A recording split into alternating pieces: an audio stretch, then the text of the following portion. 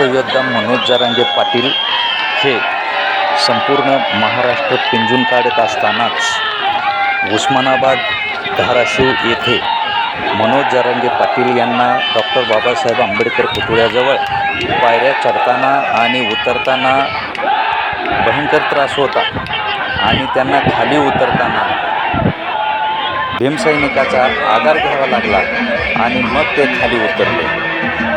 परंतु या ठिकाणी मनोज जरांगे दादा हे अस्वस्थ असल्याचे दिसत होते.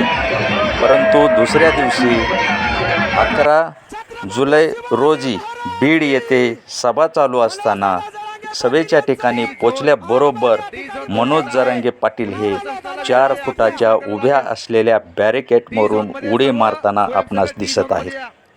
यावरून मनोजदादा जरांगे पाटील यांचा समाजाविषयी कळकळ असलेला जोश हा आपणास दिसून येतो आणि यावरून सिद्ध होते की संघर्ष योद्धा असावा तर मनोज जरांगे पाटील यांच्यासारखा असावा.